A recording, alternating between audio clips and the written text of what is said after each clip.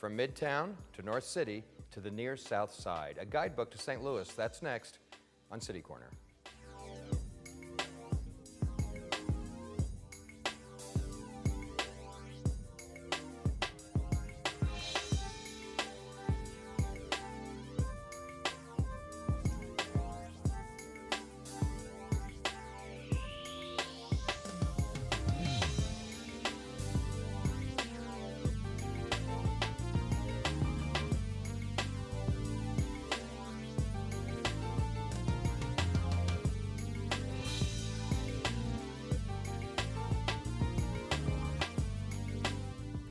I'm Steve Potter, and welcome to City Corner.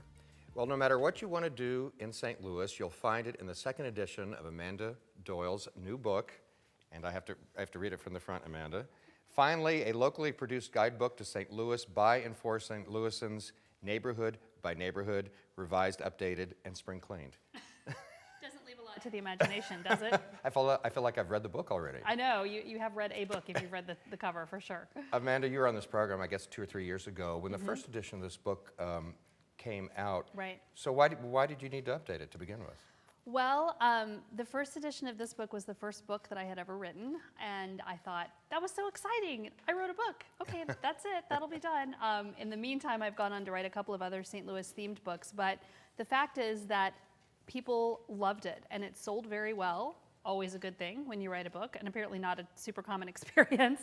And things have changed quite a bit. And so we went through a couple of printings of the first edition, and people kept asking when there would be a new one. Have you thought about this? You know, and things were changing in neighborhoods all over the region. So the publisher and I kind of decided that if we were going to commit to reprinting it, we might as well commit to updating it. And the second edition has something like 175 or more new entries. Things that have closed have been taken out. Fortunately, not nearly as many things closed as have opened. So Yeah. the book got a little bigger, and it's really been fun. I would say that's tricky because you're not only dealing with tourist sites and things, but things like restaurants and bars, which Yes. can open and close really quickly. And things happen. A great example is something like Duff's, which, I mean, it just seems like it comes with St. Louis, right? Been there forever. And then during the course of the first edition being out, Duff's closed. Something new went in its space. So you really have to be on your toes to keep up with things. Well, I want to repeat the title again, and I want you to explain why you decided, why didn't you just call it Here's What to Do or Stuff in St. Louis? But Fair here's enough. the title, finally, a locally produced guidebook to St. Louis by and for St. Louisans, neighborhood by neighborhood. So where did Okay. that come from? So the book is published by a local St. Louis publisher called Reedy Press, and Josh Stevens is the main, he probably has a real title, but I call him the head honcho at Reedy Press. He's the boss. He's the boss. And the title actually was sort of his working title at the beginning. We knew we wanted it to be a very locally flavored book. So, you know, you can go and buy a National Press's version of a St. Louis guidebook that's got sort of the standard stuff in it. But we really wanted this to be an insider's guide. And the more we used it as the working title, the more we kind of liked it. And he said to me at one point, you know, I mean, I know it's obnoxious, which it is, it's obnoxious, but it tells you what you're getting and people will remember it. And, but yeah, no one actually calls it that. I've heard people call it the neighborhood's guidebook or, you know, just the finally book or whatever. But it really was kind of like, that was the culmination of what we wanted to do. Finally, here's everything we wanted to say about what it's like to really live in this town. So did you design this book for people who live here, who haven't been everywhere, or for people that have never been here? What was in your head? I think mostly I think of it as a book for locals who want to know off the beaten path kind of stuff. It does have the Arch, Grant's Farm, the brewery, the Butterfly House, kind of the classics. But even those mentions, I try to give a little bit of insider information, like maybe here's something you've never done, you know, at those places. And then the bulk of the book is really local knowledge, like the coffee shop that you would go to, and you might not even think to tell out-of-towners about it, but it's just somewhere you always go. Farmers markets, stores, theaters, all that kind of stuff. Well, you picked a perfect person to write the foreword. Joe Edwards. I know. I was so excited when he agreed to do it because I was thinking about who would be my dream kind of person to approach. And he knows what a neighborhood can be, and he knows what it means to people to have a neighborhood that they love. I mean, he is the loop, you know. And so when I approached him about it, I said, this is why I want you to do it, because you get it. So. Yeah, I guess maybe we should be clear. Joe's partially a lot responsible for the loop in University City coming back. He started Blueberry Hill back when was that? In the 70s. Yeah, a long time ago. He has great stories about when he started it, and it would, he would have to kick out biker thugs every night and try to just keep coming back. But he did, and he really had a vision for what he wanted. And he developed this whole sort of neighborhood of places where people want to be. So I think that's cool. Right. He also founded that not-for-profit group that does the St. Louis Walk of Fame and everything, too. Exactly. And 100 other things I haven't mentioned. Oh, he's got so much hometown pride. It was so funny. The day I called him to see if he would do it, he said, "Can I call you back?" And I was thinking, well, okay, fine. So it turned out that was the day he was being interviewed by a million TV stations for the Chuck Berry statue. Right, yeah. And it was kind of like, oh, yeah, I guess you do have other things going on. He's really active in that trolley coming to University Yeah, City. that'll be Anyway, I interesting. just wanted to share the last paragraph of the foreword he wrote, because I think he's away with words with this, and it kind of sums up really what your book is all about. And this is from Joe Edwards. He says, "The more you get into our local scene, the more I think you'll see what I see. St. Louis is a wonderful patchwork of old and new, of classical styles and whimsical styles. It's a city with a rich heritage of music and arts in general. It's a city of exciting sports and entertainment. It's as good a restaurant city as any in the United States. It's as fascinating city to explore, whether you've lived here since birth or made it your home last week." Right. And I mean, that to me is really inspiring. It makes me, all the time I see new things that I want to go do or hear about places I want to check out. And I've lived here for 17 years now, so it is an ever-evolving place to be. And in fact, you write in your preface to the book, you call this book that you've written a love letter to St. Louis. Yeah, and I'm not from St. Louis originally, and I moved here after I got married, and I just found so much to love, and I just am intrigued by it still. I love, even now, and I'm sure this happens to you too, you take one turn, a different route to work one day, you're on a street, and suddenly you're thinking, how have I never been here? I mean, I've never seen that. That happened to me the other day, as a matter of fact. I was amazed. Because you think you've seen it all. I live in Tower Grove South, and every once in a while I take a different route somewhere, and I'll see a house with a driveway, very uncommon in my neighborhood, and I practically wreck the car. What is that? So it's fun to get out of your rut once in a while. House with driveways in the city, that could be maybe another book. It could be. I want to know what's up with them.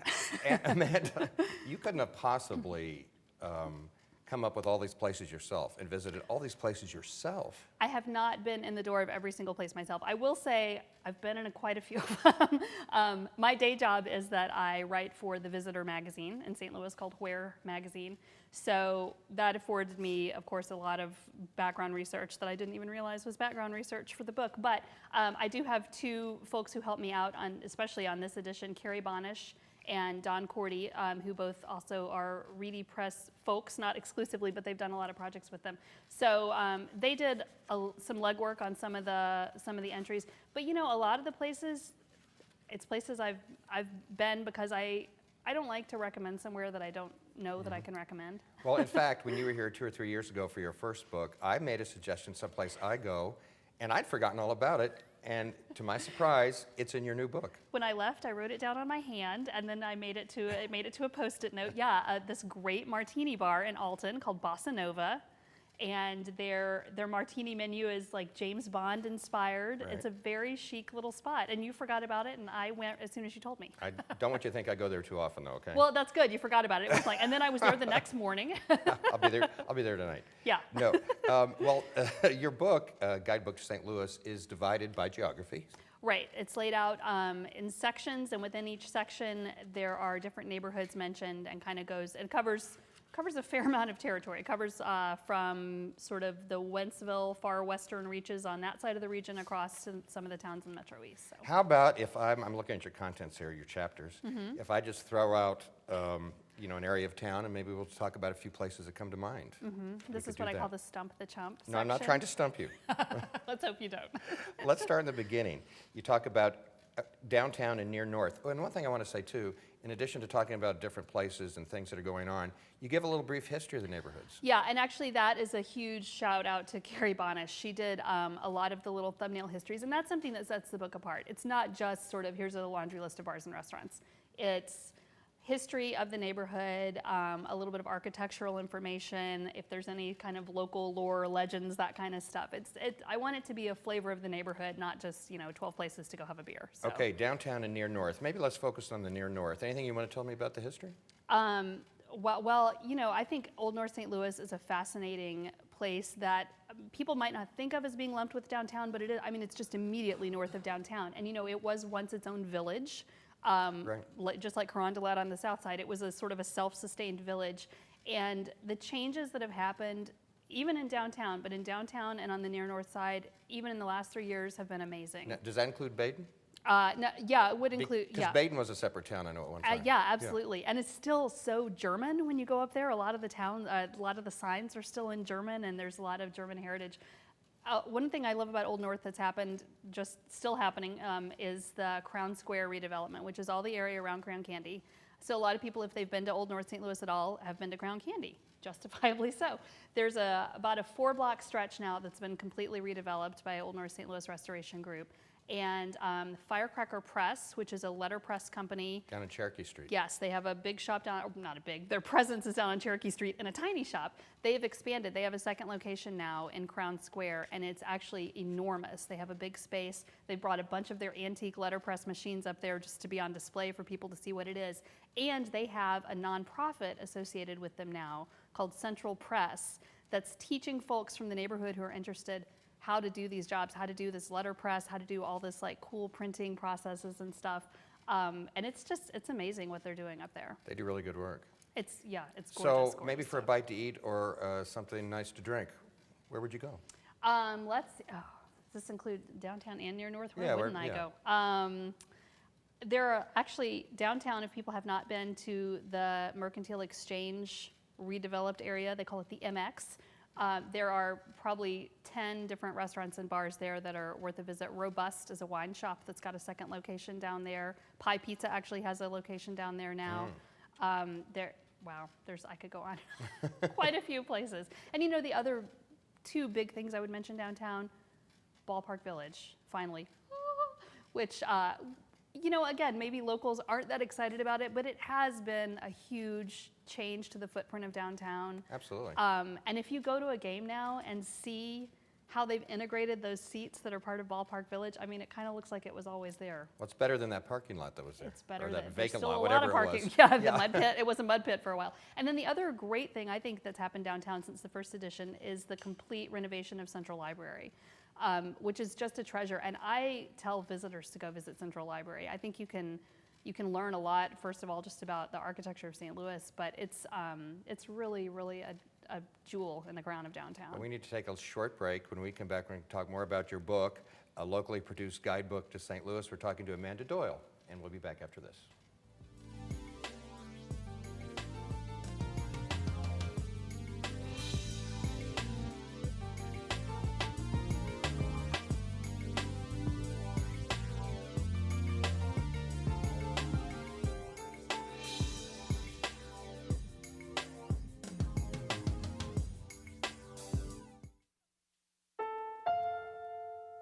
The odds of this daughter of a clergyman spending 11 weeks at #1 on the U.S. singles charts? 1 in 19 million. The odds of going on to win 6 Grammy Awards? 1 in 1.4 million. The odds of having a child diagnosed with autism? 1 in 110. I'm Toni Braxton, and I encourage you to learn the signs of autism at autismspeaks.org. Hi, my name's CJ. A few years ago, my father became seriously ill. I did what I could do before he passed, but it took its toll. I lost my job, my house. I'm getting back on my feet, but I don't know when there'll be food on the table. How'd I do, CJ? We could be twins. Well, cousins, maybe. Play a role in ending hunger. Visit feedingamerica.org/hunger and find your local food bank. If you drive buzzed, it could cost you around $10,000. You'll face major legal fees, major fines, and steep insurance penalties. You could lose everything. Nothing kills a buzz like getting pulled over for buzz driving, because buzz driving is drunk driving.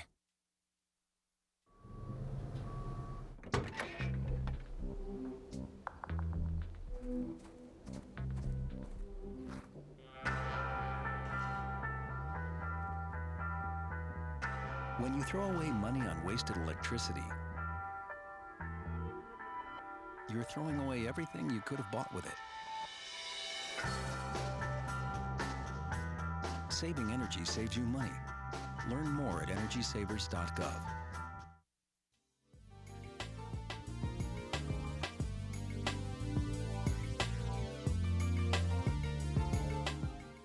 I'm Steve Potter. Welcome back to City Corner. And we're talking with Amanda Doyle about the second edition of her book.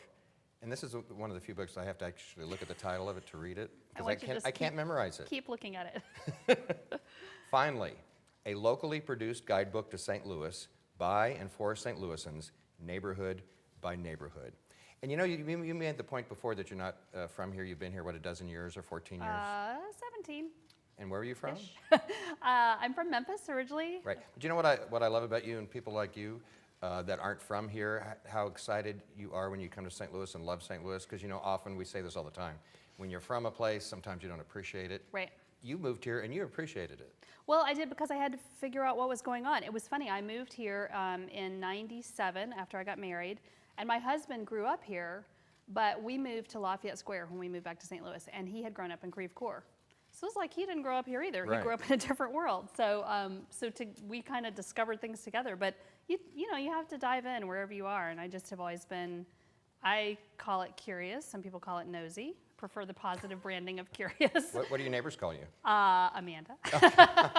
Good answer. No, I hope they call me helpful. I don't know. But you know, I just kind of set out, and it was, you know, getting the job that I have after moving here helped me out a lot too. But I like to explore, and I love to hear what people get jazzed about in their neighborhood. So you work for Where Magazine, which a lot of locals maybe don't see because it's really aimed at out-of-towners. It's at hotels. Right, exactly. It's a monthly magazine that is for visitors to St. Louis, and so it's in the hotels, it's at the CVC and the airport. But you know, same kind of idea, giving you ideas of stuff to do. But that one, of course, is more. I mean, it's a lot more the greatest hits, because that's what people want to do. So this is the second edition for the guidebook, and you do have a lot of new stuff in here, something like 175 new entries. Yeah. Let me throw some of those out to you. Sure. And because they're pretty interesting, I think.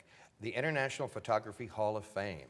Yes, is in Midtown, right next to Triumph Grill. Triumph Grill. Yeah, and it was relocated here from elsewhere. So this is a gallery and display space and a Hall of Fame for all kinds of photography. So if you're into documentary photography, news journalism photography, or fine art photography, they've got a little bit of everything, and they have some really cool rotating exhibits that come through there. And speaking of food, which is a lot of what you deal with, the Triumph Grill is kind of fun. Have you ever had that potato appetizer they have with the different kind of cheeses on it? Oh yes, it's so good. I honestly could eat nothing but appetizers there. Their appetizers are delicious. And it's cool if people haven't been in there. It's associated also with the Moto Museum, which is on the other end, which is a motorcycle museum. I did not realize I cared at all about motorcycles, and then I went through the Moto Museum, and it's pretty fascinating. It's like motorcycles that were used in the wars by soldiers, and you know, these really cool Ducati racing motorcycles, and all kinds of stuff. So just a couple of blocks from there is the new home of KDHX Radio. Yes, and I think that's going to be a big change to Midtown as well. KDHX is community radio. It's kind of been scrapping along on the south side for 25 years, and they have moved into a really impressive new facility. And it's kind of consolidating a lot of local media in that area, because KWMU is right there as well, next to the 9 network. And you were mentioning that the Media Commons is getting ready to open, I think, imminently. I've worked at KWMU a long time, St. Louis Public Radio, and right between our building and Channel 9, the Media Commons, where they put up this LED screen. Actually, it's on like 2 or 3 sides, and it's just getting ready to open, and it's really impressive. Yeah, I mean, I think that's, you know, people want to be involved now with media and kind of with telling their stories as well as receiving information. So I think that whole stretch is going to be really cool. And KDHX obviously is really involved in engaging the community and teaching people how to do media stuff. So it should be fun. Okay, let's make the point though that everything you talk about is not centered within the city limits. You go from we talked about Bossa Nova and Alton, but things out in St. Charles County too, right? Oh, sure, yes. Again, every chapter is sort of organized the same way. We mention dining, shopping, drinking, things to do with your kids. There's a little special call out in every section called Kid Zone that's got particularly family-friendly activities, outdoor things. One of my favorite things in St. Charles County that's new since the last time is called the Audubon Center at Riverlands. It's right up near the confluence of the Missouri and the Mississippi, and this is Audubon, like the National Audubon Organization, the bird people. They've built this unbelievable state-of-the-art facility right in the migratory bird path. So you can go there. It's really low, the building, and it kind of blends into the landscape. And it's windows on almost all sides. You can go there in any season and look out their windows across the floodplain and across sort of the swales and see amazing species of birds. They have spotters there to help you find things. They've got these high-powered telescopes. So That's the place right across the river from Alton, right? exactly. Yeah. Yeah. It's like all the way up on that tip up there. So it's really cool, and it's a great. It's kind of like one of those wildernessy kind of things that's pretty close that you wouldn't think of. I mean, you can see the arch from there. You know, you wouldn't think like, wow, I'm out in the wilds of St. Louis. But Let me throw something else out at you. What about this interest in growth, really, in craft brewing in St. Louis? it's been explosive. I mean, it was big 3 years ago when we first came out with the first book, and it has done nothing but grow since then. St. Louis has gotten a huge reputation as a craft beer town. So you've got Civil Life Brewery down in Tower Grove South. You've got Alpha Brewing kind of over Midtown Washington area. Four Hands near Soulard. Urban Chestnut has really, I mean, they had a big presence in Midtown, and now they've just renovated and opened a huge space in the Grove. O'Fallon Brewing in O'Fallon, Missouri is getting ready to open an enormous expansion. It just, apparently you just can't make enough beer. Because it's funny, I was talking to one of the guys at Urban Chestnut, and I said, so, you know, are you like taking customers from other places? And he said, no, apparently the pie just keeps growing.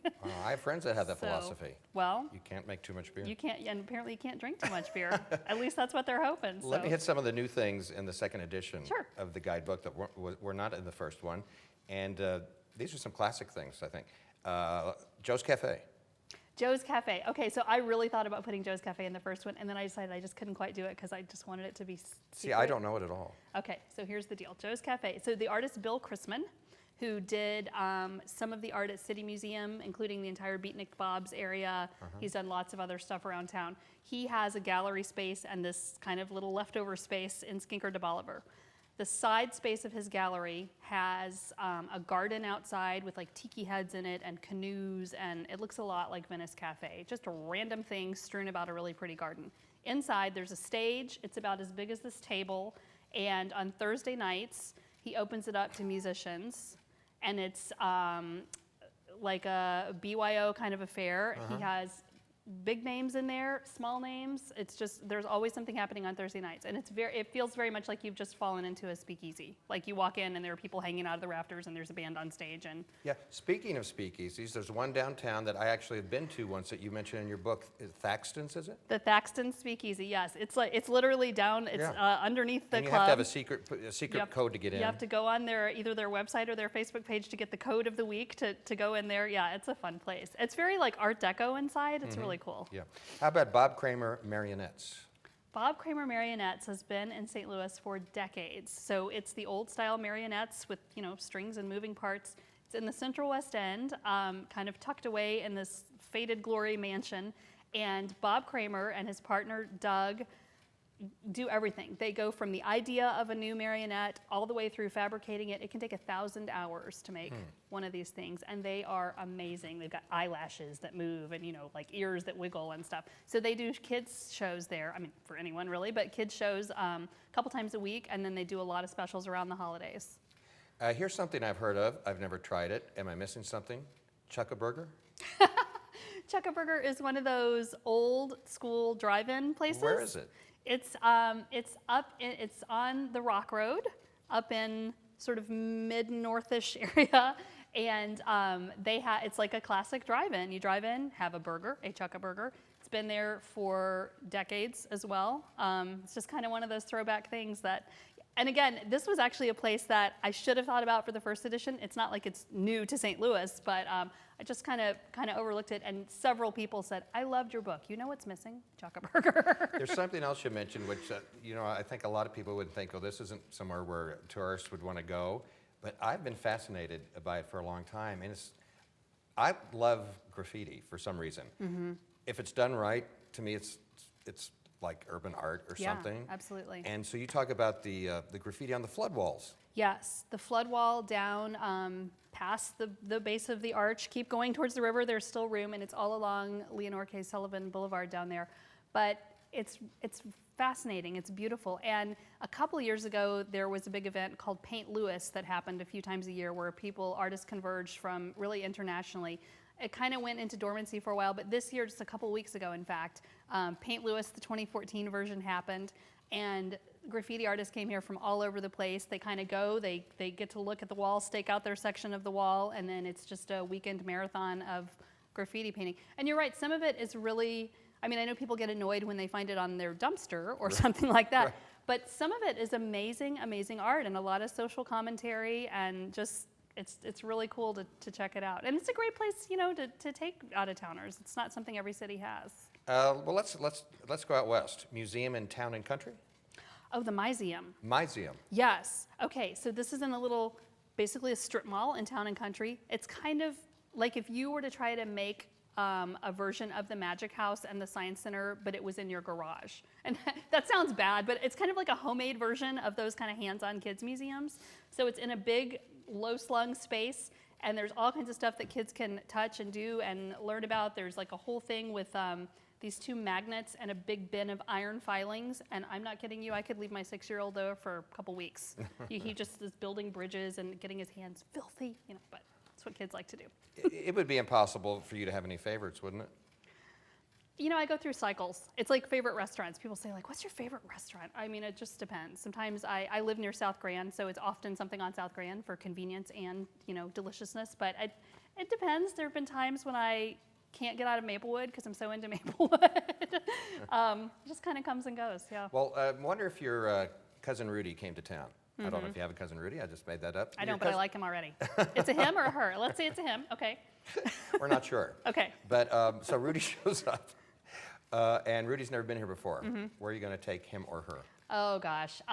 Well, you know, in my neighborhood, we're going to go to this little coffee shop called Hartford Coffee Company, where it's the neighborhood hangout. It's where everyone is. And in season, probably the Tower Grove Farmers Market, because I can buy, you know what's funny, when I go to the farmer's market, I mean, I do try to buy produce, but I end up buying just nothing but prepared foods. I'm like, what can I eat while I'm here? And then I go home with 3 tomatoes, and I think, wow, that was kind of silly. So you go to the farmer's market and you're eating potato salad or something. I go to the farmer's market and I'm eating crepes that are made by this food truck there, and companion pastries, and having this great coffee. Well, Amanda, just when I thought there was nothing to do in St. Louis, boy, did I get a wake-up call.